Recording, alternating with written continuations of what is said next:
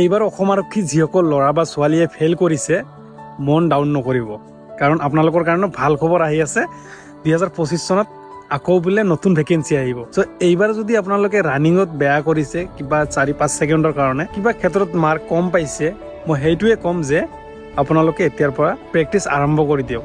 কাৰণ কিয় 2025 চনত যদি ফেব্ৰুৱাৰী মাৰ্চত আকৌ নতুন ভেকেঞ্চি আহে, তেতিয়াহ'লে আপোনালোকে ভালকে ইণ্টাৰভিউ দিব পাৰিব আৰু ভাল এটা মাৰ্ক উঠাব পাৰিব। এইখিনি হ'ল ফেইল কৰাখিনি বা মাৰ্ক কম পোৱাখিনি। আৰু যিসকলে মাৰ্ক ভাল পাইছে, যে মেৰিটত নাম আহিব বুলি আশা কৰি আছে, আশা সকলোৱে কৰিব লাগে। কাৰণ কিয় যদি পাছ কৰিছে সকলোৰে মেৰিটত নাম আহক, মই সেইটোৱে আশা কৰোঁ। আপোনালোকে এক কাম কৰক, ভালকে ষ্টাডি কৰক, ভালকে পঢ়ক। কাৰণ কিয় কম মাৰ্ক যিখিনিয়ে পাইছে সেইখিনিয়ে মানে মেৰিটত নাম আহিলেও বেছিকে মাৰ্ক তুলিব লাগিব ৰিটেনত। চ' তাৰ কাৰণে কৈছোঁ বেছিকে ষ্টাডি কৰক, ভালকে ষ্টাডি কৰক, ঠিক আছে। চ' সকলোকে কৈছোঁ ষ্টাডিও কৰক আৰু ৰানিং প্ৰেক্টিচো কৰি থাকক, ঠিক আছে। আৰু লগতে আপোনালোকে এক কাম কৰিব, ৰানিং আগত 2 টাইম কৰিছিলে, বৰ্তমান 1 টাইমে কৰি থাকিব।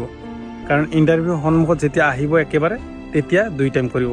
বৰ্তমান 1 টাইম কৰি থাকক, নিজৰ বডিটো ফ্ৰী কৰি ৰাখক। যেতিয়া ইণ্টাৰভিউ সন্মুখত আহিব তেতিয়া 2 টাইমকে কৰি দিব, ঠিক আছে। আৰু যদি কিবা আপোনালোকক জানিব লাগে তেতিয়াহ'লে কমেণ্ট কৰিব, মই আপোনালোকক কমেণ্ট ৰিপ্লাই দিম এইটো ভিডিঅ'ত। যদি কিবা আছে কমেণ্ট কৰিব।